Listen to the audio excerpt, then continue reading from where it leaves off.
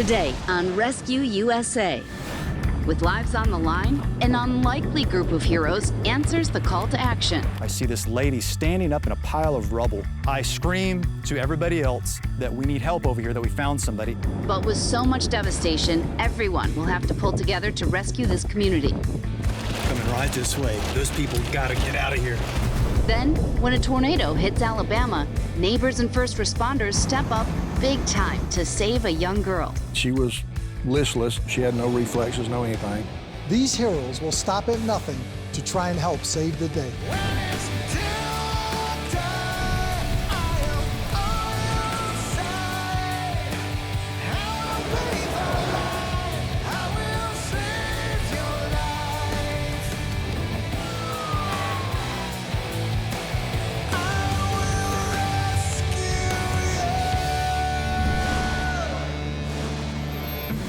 In May of 2017, a series of tornadoes ripped through and around the town of Canton, Texas. Winds approached 190 miles per hour in one of those tornadoes. Trees were plucked from the ground, homes destroyed, and people's lives turned upside down. Thankfully, there was a team of first responders, not to mention a few brave storm chasers, who would step in to rescue those in peril. Located 60 miles from Dallas, the city of Canton, Texas, has a population of just over 3,500. The area offers wide-open landscapes and a simpler way of life. Living in Canton is quiet.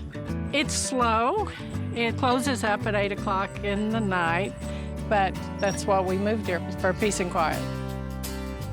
But during tornado season, the area also attracts people with an unusual pastime, storm chasers. It's the beauty that draws me to the storms. It has nothing to do with an adrenaline rush or any of that cliche. They're so beautiful, it's just, I want to witness the beauty of Mother Nature. Spring is climatological prime time for tornadoes, and in late April of 2017, storm chasers were getting ready to chase a setup that included Canton. From looking at the computer models, the storm chasers knew it would be an epic show of Mother Nature's force. As the afternoon progressed, it started becoming more and more apparent that there was a potential for a tornado outbreak.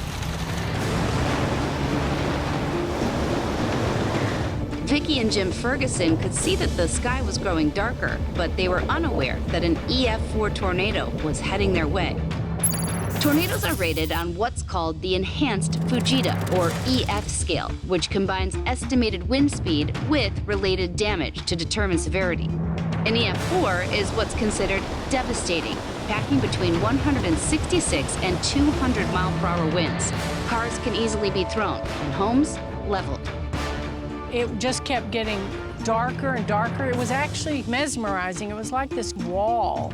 It's horizon to sky, and from left to right, there was no end to it. It's vitally important when you live in an area prone to natural disasters that you pay attention to the possible dangers.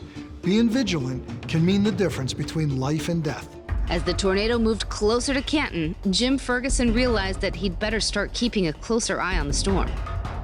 Around, must have been 5:45, I had been watching the news, and they showed a tornado hitting the Dodge House, which is 9 miles south of us. And I thought, well, need to pay attention.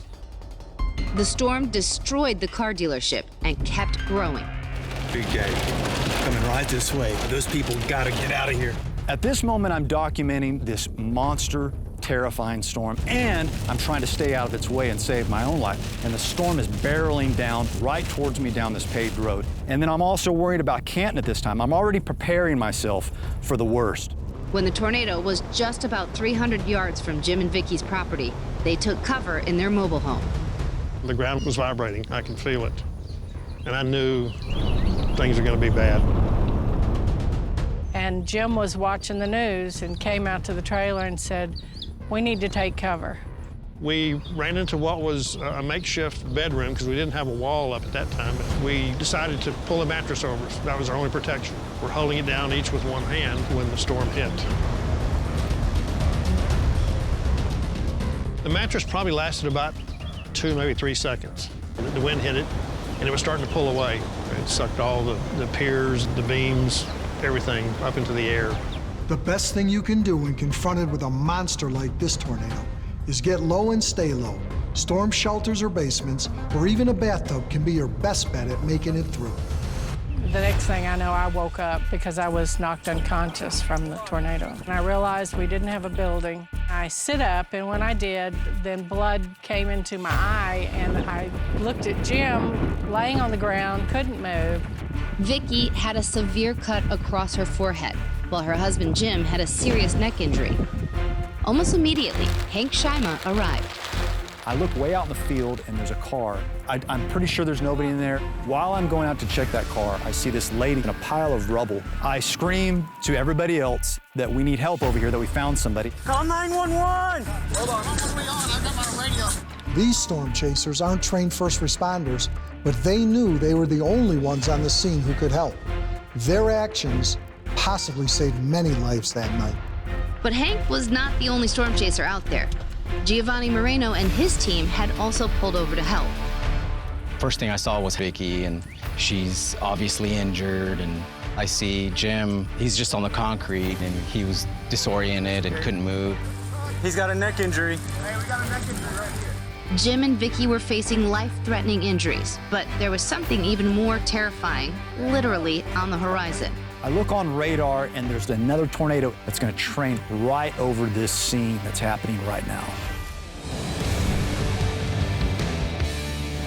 Jim and Vicky Ferguson had narrowly escaped death when a tornado struck their home. They were both seriously injured and needed immediate medical attention. Two groups of storm chasers were right there to help.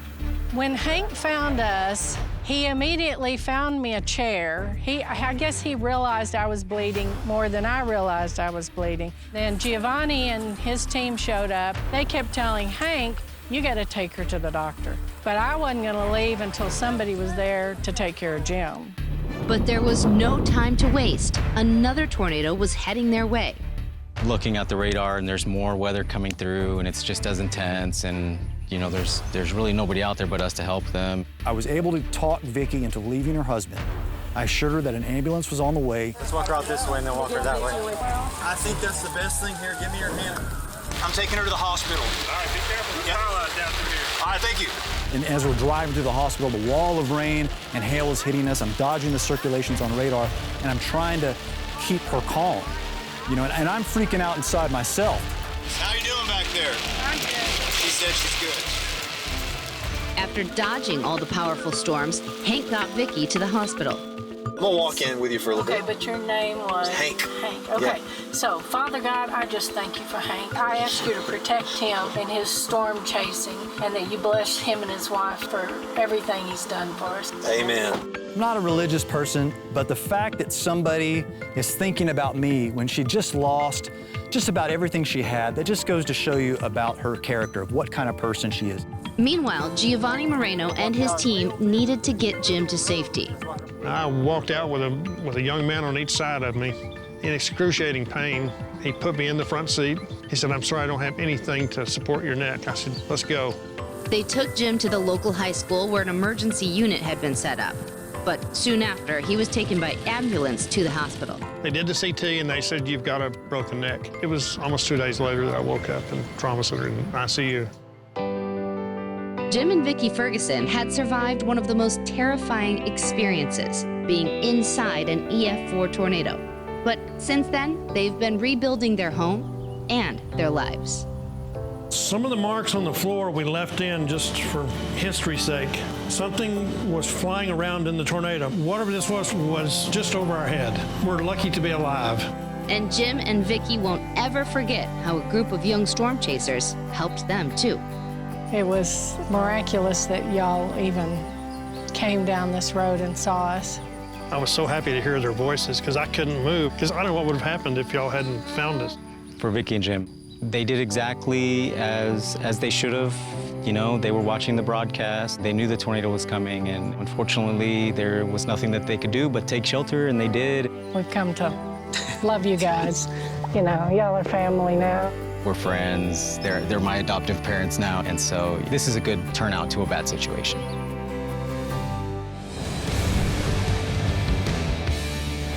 Alabama is known for its scenic landscapes, but when that peaceful countryside gets ravaged by a tornado, everything changes. Nothing can stop those violent winds that uproot trees and lift houses from the ground during severe storms. But after the storm passes, the resilient healing power of community can take over, and take over stronger than ever. Located in eastern Alabama near the Georgia state line, Beauregard is a small, close community. People here enjoy a simpler way of life, where neighbors and friends look out for one another. I've lived here my entire life, and anything you need, all you have to do is ask, and somebody's going to be there to take care of that need for you. On Sunday, March 3rd, storms were moving in. However, the people of Beauregard still went about their daily business per usual. Weather really wasn't bad, really didn't rain. So we actually just kind of sat in the house and were lazy and watched TV. I think it was raining and there was some thunder, and I was scared. And I think my mom was making fun of me. While the predicted storms didn't raise any major alarms, local firefighters were ready. We had a couple firefighters staged at each station to be able to respond as soon as we needed to if something did happen, trees down, maybe some flooding. One of those major storms went from rain and thunder to something much more powerful. Then I heard it. I've never heard a tornado. And at that time, it happened so quick that there was multiple calls coming in that there was a dangerous tornado that just come swept through the area, and it just was devastating to what we was hearing. And now, this massive supercell had an EF4 tornado inside of it, heading right toward Beauregard. I told my wife, cover up with whatever you can, because I knew what was coming. The warnings were out, sirens were ringing, but high school student Angela Gomez had almost no time to prepare.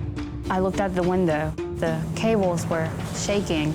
It's all blurry, but I think my stepfather said there's a tornado. When he said that, I went into the hallway. I hugged my dog, and my mom was sitting beside me, and the house shook, and I don't remember anything else. Angela's home took a direct hit from the tornado. It ripped apart, tearing it from its foundation. Angela and her family were inside. First responders immediately jumped into action. We started receiving all the 911 calls for people trapped in houses, and we proceeded to make our response into the damage area.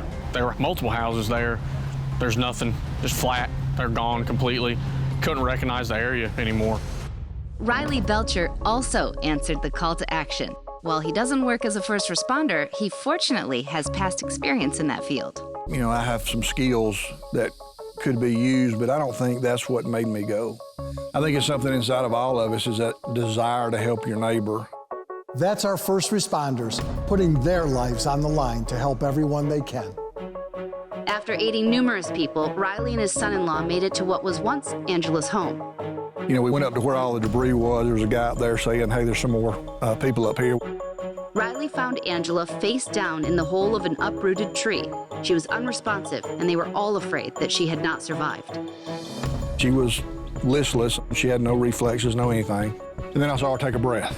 So cleaned her mouth, felt a pulse, and she had a wonderful pulse. One of the guys found a closet door, so we managed to get her on the closet door. By this time, firefighters Craig Brannon and Samuel Hutchinson arrived. She was in really bad shape. She initially got brought out as far as we could on a door. But that's about the time I could get a backboard into where they were. We got a backboard in and made the decision that she couldn't wait on an ambulance. She had to go now. And then we put her on back of the fire truck, and we took her to our triage station that was down at Station 3 at the time that we was using to get her to the ambulance. But as they loaded Angela onto the truck, they received terrifying news. We got the calls on the radio saying there was another tornado tracking the same path the first one came through. We was not ready for another tornado.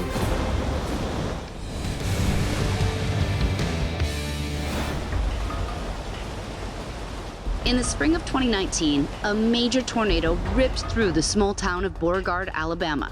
This EF4 storm cut a swath of destruction that leveled multiple homes and buildings. But as first responders mobilized to rescue their neighbors, another tornado was about to touch down. We were actually in the process of helping a patient out at that time. Best thing we could do is just look at each other and pray and do what we had to do to make our safety out there. Really wasn't anywhere to take cover, wasn't much left.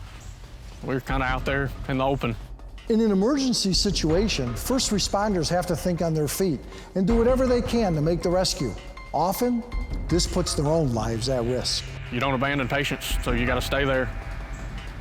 You can't just jump in the truck and run away. With no time to spare, everyone took cover wherever they could. Thankfully, the tornado narrowly missed them. But now they had to do what they could to save 17-year-old Angela Gomez, who was struggling to stay alive. The guy there, I knew, he checked her reflexes and she had none. So at that point, we really didn't know if she would make it or not. The ambulance showed up, they tended to her and took her to the hospital. Angela was rushed to a trauma center in Birmingham. She had broken ribs, a punctured lung, and shattered vertebrae. She spent the first few days in the hospital unconscious. During those dark days, her teacher, Michelle, stayed right by her side. When I get there, they hooked me up with the nurses and the doctors that were actually doing her surgery, and they would call in and check in and tell me how she was doing throughout the surgery. She's my teacher. She's part of our family now. I remember maybe the 4th time I woke up in the hospital, I remember seeing her, and maybe that was the first time I ate some food. Riley also wanted to reach out to the young girl who, until that fateful day, he had never met. So we reunited at the hospital. It was very, very good to see her, not in that shape, and that she was doing okay. Angela was lucky to be alive. Still, she faced months of recovery, and while other kids were back at school and looking forward to the prom, it seemed that Angela was going to miss out on all of that. Until her teacher, Michelle, stepped in. The teachers all rallied together and we pulled enough money to get the dress, to get her hair, her nails, makeup, everything done. To say that we were blessed by that is an understatement. We collected enough that we got her pictures paid for, everything, so that she could have the night of her life. It was very, very special. I loved seeing all my classmates, and they were hugging me and asking how I was. Besides that fact, I kind of felt normal being with other high schoolers. It was a good night. Angela lost so much in that devastating tornado, but despite it all, she remains positive, knowing that she also forged unbreakable bonds with those people who came to her rescue. We talked a little bit or text back and forth about journaling. Really helped me with some things, and I like to write, so I bought you a journal. I feel like thank you is not enough. I feel like it's just not enough, but those are the only words that kind of describe what I'm feeling. So I'm just grateful, and I just thank you for all you did. God sent you there. You were supposed to be there. Coming to see you for the first time, that was very emotional. But there again, it was a blessing for me to see you, that you were okay. I think tragedy brings people together in kind of unique ways. You're right. We are forever bonded. And maybe that's not a bad thing. That's not a bad thing. Maybe it's good for you and for me. Thanks to the heroic actions of neighbors, complete strangers, and first responders, lives were saved, and faith was restored after disaster struck both these brave communities. I'm Ginger Z. Thanks so much for watching.